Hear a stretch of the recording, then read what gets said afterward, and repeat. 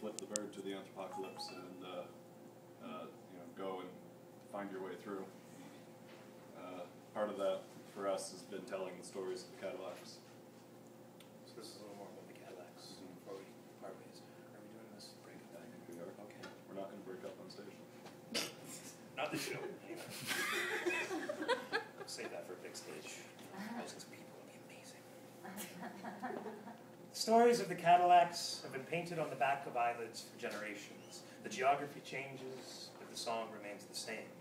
It is the distant hum of bird song, the sound of kittens purring in car engines. It is the defiant cry of an inanimate suicide, the sound in the second before a newborn's first cry. We hear these sounds when we breathe deepest. We breathe deepest when we are at true peace. Piecing together a tapestry from these tattoos of sound, we are weaving the fabric of reality all around together. The stories of the Cadillacs are a mushroom-colored salt shaker peppering venison and drunk on grass, a mashed potato head, all chive and garlic and sour cream, drinking cocktails while twirling sugarcane, tap dancing over monocles, a dinner pudding drowned in gravy, a bone picked clean, a rustic ambulance.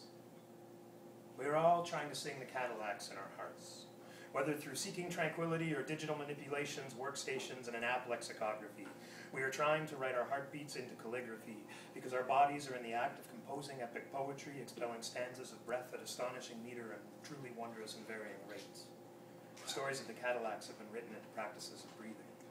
The stories of the Cadillacs arrest hearts in the act of caring for overstuffed ballroom animals and nuclear energy. They cloud lungs with second-hand breath. They wet lips every night. They have small bladders and must leak every few hours, even when they are sleeping. The stories of the Cadillacs are restless, so they cry to get attention. They have wandering thoughts, often changing paths. Stories of the Cadillacs have been written to the notes of songs sung everywhere, the universal melody dancing defiantly to the rhythm of different eardrums. It is out past last call and is ready to party. It wants to rock the Casbah to the rhythm of the night. The Cadillacs are the dance party in your hearts, where the DJ plays only what you want to hear and what your body wants to move to. We all wear our bodies to different parties. The dance is never the same, but the dance is not the dance. The dance is the dancing. The dance is butterfly kisses of steel on steel. The dance is an atheist hallelujah. The dance is the thunder of skin on skin. The dance is the unifying factor, the translator of stories told in different languages at different times, each hitting the note of a song sung in our hearts. In our hearts, we have all been to Cadillacs. The stories of the Cadillacs are liars. They promise if you tell them once they'll leave you alone, they won't. The stories of the Cadillacs are the mutated offspring of strawberries filling bloodstreams with antifreeze. The stories of the Cadillacs are runaway children escaping beer-capped kings returned in the arms of the law. The stories of the Cadillacs are plates fattening faces to enrich the clay they were made from. The stories of the Cadillacs lay the foundation for a primordial soup can art house popcorn exhibitions. The stories of the Cadillacs are what Bob Ross speaks while painting. The stories of the Cadillacs are the Van Gogh starry starry of a wet dream catcher.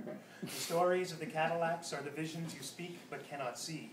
The stories of the Cadillacs are under the microscope sun and thriving. The stories of the Cadillacs are reading to their children and their children's children and some little random bastard kid that just kind of showed up. They are hearty mouths. They are empty meals. They are birds of paradise. They are spiders' kiss. They are drinkable streams. They are septic backlogs. The stories of the Cadillacs are moth-eaten curtains reflecting moonlight.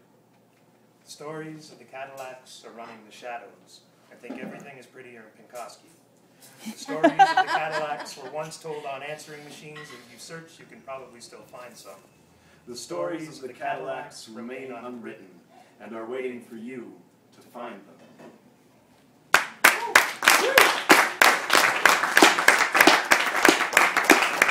Thank you all so much. We're going to leave you with one last little piece of information just to get you fully prepared. This is the Anthropocalist Manifesto. Because if you want to be an anthropocalist, these are things that you need to know. And we're going to bring Johnny back out on the water bowl for this. And It's the official instrument of the Anthropocalypse. Sing us the song of your people. We will. Cool. And this goes out with love and respect to Bob Kaufman. If you have never read or heard of Bob Kaufman, I highly recommend looking into him. He's an amazing, amazing person. I think he was an escapee from the Cadillacs, personally. Anthropocalysts join together in the lungs of the full moon. Anthropocalysts sing talk opera for psychedelic reasons and water bowl. Anthropocalysts do not use colored paper save for crafts and board games. In times of anthropocalypse, anthropocalysts offer up their livers and brain stems in the name of the greater good. Anthropocalysts hug trees no matter how sharp or sticky they are.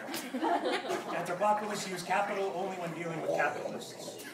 Anthropocalysts use technology to experience anthropocalism firsthand.